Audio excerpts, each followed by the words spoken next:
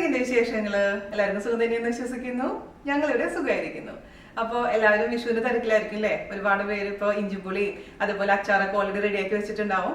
അതേസമയം കുറച്ച് പേര് ഓൾറെഡി വിഷു ആഘോഷിച്ചും കഴിഞ്ഞിട്ടുണ്ടാവും കഴിഞ്ഞ വെള്ളിയാഴ്ചകളിലൊക്കെ ആയിട്ട്. കാരണം വിഷു വരുന്നത് ബുധനാഴ്ചയല്ലേ, അപ്പൊ എല്ലാവർക്കും ബുധനാഴ്ച ആഘോഷിക്കാൻ പറ്റുന്ന വരില്ല. അപ്പൊ ഇനി വിഷു ആഘോഷിക്കാൻ ഇരിക്കുന്നവർക്ക് വേണ്ടിയിട്ടാണ് പായസമായിട്ടാണ് ഞാൻ വന്നിരിക്കുന്നത്. അതായത് നമ്മൾ ഈസി ആയിട്ടുള്ള സേമിയ പായസം. ഓൾറെഡി ഞാൻ സേമിയ പായസത്തിന്റെ വീഡിയോ ഇട്ടിട്ടുണ്ട്. നമ്മൾ സാധാരണ രീതിയിൽ ഉണ്ടാക്കുന്ന പശുവും പാലൊക്കെ ചേർത്തിട്ടുള്ള വൈറ്റ് കളർ പായസം. പക്ഷെ ഇന്ന് ഞാൻ ചെയ്തിരിക്കുന്നത് എൻ്റെ അമ്മയുടെ റെസിപ്പിയാണ്. അതായത് ശർക്കരയും അതുപോലെ തന്നെ തേങ്ങാപ്പാലൊക്കെ ചേർത്തിട്ടുള്ള ഒരു അടിപൊളി പായസമാണ്. എല്ലാവർക്കും തയ്യാറാക്കാൻ പറ്റുന്ന സൂപ്പർ പായസം. അപ്പൊ അതിന്റെ പ്രത്യേകത എന്താണെന്ന് വെച്ച് കഴിഞ്ഞാല്, എന്താ പറയാ, നമ്മുടെ അടപ്രഥമനില്ലേ, അടപ്രഥമൻ ഉണ്ടാക്കാൻ അട വേണം. അപ്പൊ എല്ലാ സ്ഥലത്തും അവൈലബിൾ ആയിരിക്കണം എന്ന് നിർബന്ധമില്ല. പക്ഷെ സേമിയ ആണെങ്കിൽ ഓൾമോസ്റ്റ് എല്ലാ സ്ഥലത്തും അവൈലബിൾ ആണ്.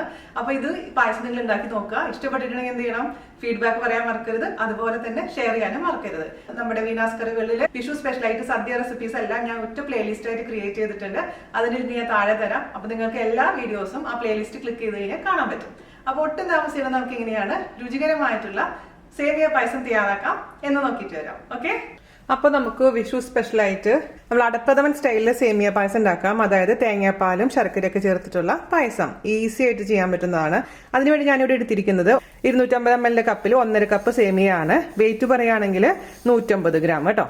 ഇത് നമുക്ക് ജസ്റ്റ് ഒന്ന് നെയ്യിൽ ഫ്രൈ ചെയ്തെടുക്കണം. അതിന് വേണ്ടിയിട്ട് ഒരു കടായി അടുപ്പത്ത് വെക്കുക. അതിലോട്ട് നമുക്ക് 1 ടീസ്പൂൺ നെയ്യ് ചേർത്ത് കൊടുക്കാം. അതൊന്ന് നന്നായിട്ട് മെൽറ്റ് ആവട്ടെ. അപ്പൊ നമ്മുടെ നെയ്യ് ഉരുകിയിട്ടുണ്ട്. അതിലോട്ട് നമുക്ക് നമ്മുടെ സേമിയ ഇട്ട് കൊടുക്കാം.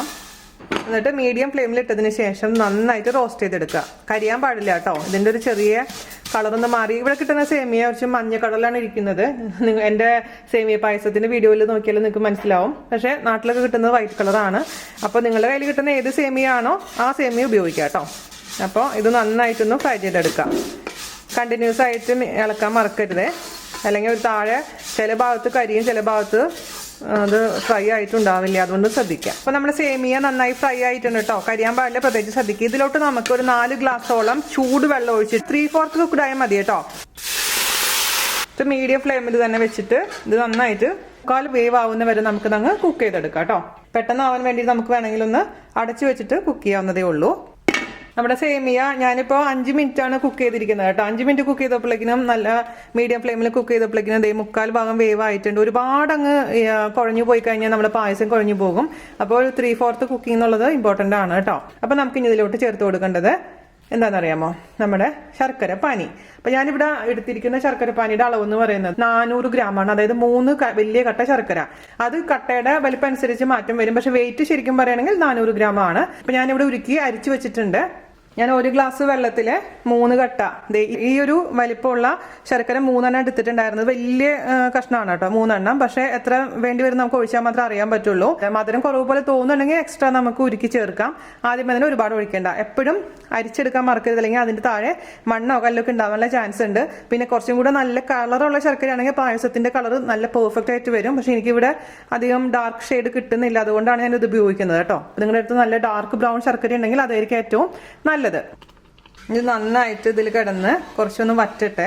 അതിനുശേഷം വേണം നമുക്ക് ഇതിലോട്ട് തേങ്ങാപ്പാൽ ചേർത്ത് കൊടുക്കാൻ. ഇത്തിരി വെള്ളം കൂടുതൽ തോന്നും, കുഴപ്പമില്ല. കാരണം ഇച്ചിരി വെള്ളം വറ്റുമ്പോൾ കറക്റ്റ് ആയിക്കോളും. ഇപ്പൊ നമുക്ക് ഹൈ ഫ്ലെയിമിലോട്ട് തീ മാറ്റാം. കാരണം വെള്ളം വറ്റാൻ ടൈം എടുക്കും. അപ്പോൾ ഹൈ ഫ്ലെയിമിലോട്ട് ഇടാം. അതിനുശേഷം കുറച്ച് വെള്ളം വറ്റാൻ നമുക്ക് സമയം കൊടുക്കാം കേട്ടോ. അപ്പൊ നമ്മൾ ശർക്കര നീര് ഒഴിച്ചിട്ടും കണ്ടോ കളർ പോരാ. എനിക്ക് സങ്കടം വരുന്നു. എന്താ ചെയ്യാ, ഡാർക്ക് കളർ ശർക്കര കിട്ടണില്ല, പറഞ്ഞിട്ട് കാര്യമില്ല, പോട്ടെ. അപ്പോൾ ഇത് നന്നായിട്ട് വറ്റിയിട്ടുണ്ട്.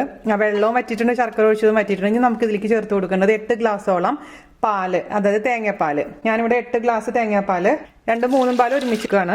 അതായത് ഞാനിപ്പോൾ ഇവിടെ ഉപയോഗിച്ചിരിക്കുന്നത് 7.5 കപ്പ് തേങ്ങയാണ്. ചെറുകിയ തേങ്ങ, ഫ്രോസൺ അല്ല, റൂം ടെമ്പറേച്ചറിലുള്ള തേങ്ങയിലേക്ക് വെള്ളം ഒഴിച്ചിട്ട് നമ്മളിപ്പോൾ ഒരു 7 ഗ്ലാസോളം വെള്ളം ഒഴിച്ചിട്ട് പിഴിഞ്ഞെടുത്ത് വെച്ചിരിക്കുന്ന പാലാണ്. അപ്പോൾ ഒരു 8 ഗ്ലാസോളം പാല് കിട്ടിയിട്ടുണ്ട്. അതിന് മുമ്പായിട്ട് എന്താ ചെയ്യേണ്ടതെന്ന് വെച്ച് കഴിഞ്ഞാൽ നമുക്ക് തൈം പാല്, അതായത് 1-ാം പാല് എടുത്ത് വെക്കണം. അതിനുശേഷമാണ് ഈ തേങ്ങയിൽ വെള്ളം ഒഴിച്ചിട്ട് നമുക്ക് ഇതേപോലെ 2-3 പാലായിട്ട് എടുത്ത് മാറ്റി വെക്കേണ്ടത്. 3 പാലായിട്ട് എടുക്കുന്നില്ല, 8 ഗ്ലാസ് പാല് എടുത്തു വെച്ചിട്ടുണ്ട്. അപ്പൊ 8 കപ്പ് പാല് വെച്ചിട്ട് നന്നായിട്ട് നമുക്കിത് തിളപ്പിച്ച് വറ്റിച്ചെടുക്കണം. നന്നായി വറ്റിയതിന് ശേഷമാണ് ഇതിലേക്ക് തൈം പാൽ ഒഴിക്കേണ്ടത്. അതായത് 2 മുതൽ 3 ഗ്ലാസ് വരെ നല്ല കട്ടിപ്പാൽ ഒഴിച്ചു കൊടുക്കണം കേട്ടോ. നന്നായിട്ട് വറ്റിട്ട് ഇടയ്ക്കിടയ്ക്ക് ഇത് ഇളക്കി കൊടുക്കാൻ മറക്കരുത്. ഇടയ്ക്കിടയ്ക്ക് ഒന്ന് ഇളക്കി കൊടുത്താൽ മതി കേട്ടോ. കണ്ടിന്യൂസ് ആയിട്ട് ഇളക്കേണ്ട ആവശ്യമൊന്നുമില്ല. ഒരു നുള്ളു ഉപ്പ് ചേർക്കണേ. നമ്മൾ മധുരം ഉണ്ടാക്കുമ്പോൾ എപ്പോഴും പറയാറില്ലേ ഞാൻ. മിക്സ് ചെയ്ത് കൊടുക്കുക. ശർക്കര നല്ലത് കിട്ടണമെങ്കിൽ വാങ്ങിക്കണം കേട്ടോ, എൻ്റെ പോലെ അല്ലെങ്കിൽ വെളുത്ത കളറിലിരിക്കും പായസം. അതായത് നന്നായിട്ട് വറ്റട്ടെ, ഇനി വറ്റാനുണ്ട്. 2 പാൽ ഒഴിച്ചതിന് ശേഷം നന്നായി വറ്റിയിട്ടുണ്ട് കേട്ടോ. അതിലേക്ക് ഞാൻ കുറച്ചും കൂടെ ശർക്കര ഉരുക്കി ഒഴിക്കാൻ പോവുകയാണ്. മധുരം നോക്കിയപ്പോൾ കുറവാണ്. അപ്പോൾ ഒരു ഏകദേശം ഒരു 1/2 കിലോ എന്നുള്ള കണക്ക് കേട്ടോ, 1/2 കിലോ ശർക്കര എന്നുള്ള കണക്ക് നോക്കിയാൽ മതിയാകും.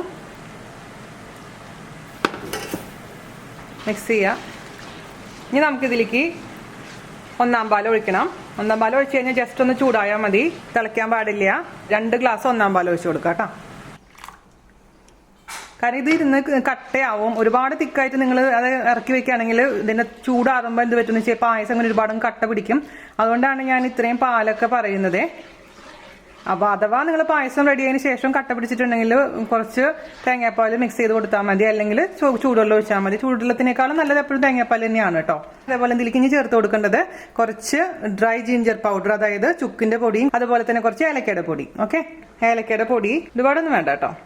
അതുപോലെ തന്നെ കുറച്ച് ചുക്കിന്റെ പൊടി ഒരു 1/4 ടീസ്പൂൺ വീതം. ജീരകത്തിന്റെ പൊടി ഇഷ്ടമാണെങ്കിൽ ജീരകത്തിന്റെ പൊടിയും ചേർത്ത് കൊടുക്കാം. നല്ലൊരു പായസത്തിന്റെ ഒരു വാസന വരുള്ളൂ. മിക്സ് ചെയ്ത് കൊടുക്കാം. അവസാനം നമുക്കിതിലേക്ക് നെയ്യിൽ കുറച്ച് അണ്ടിപ്പരിപ്പും കിസ്മിസും ഫ്രൈ ചെയ്ത് ഇട്ട് കൊടുക്കാം. ഈ ടേസ്റ്റ് ഇതിന്റെ മധുരം ഞാൻ നോക്കട്ടെ. ഞാൻ ഓഫ് ചെയ്യണം കേട്ടോ, ചെറുതായി ചൂടായിട്ടുണ്ട്, ഒരുപാട് തിളപ്പിക്കണ്ട. അപ്പം കറക്റ്റ് മധുരമായിട്ടുണ്ട്. അപ്പോൾ 1/2 കിലോ ശർക്കര, 500 ഗ്രാം ശർക്കരയാണ്. അപ്പോൾ 4-4.5 കട്ട വലിയ കട്ടയാണെങ്കിൽ ശർക്കര. അപ്പം നിങ്ങൾ 1 കിലോ ശർക്കരയുടെ പാക്കറ്റ് വാങ്ങിച്ച് ഉരുക്കിയാൽ മതി കേട്ടോ.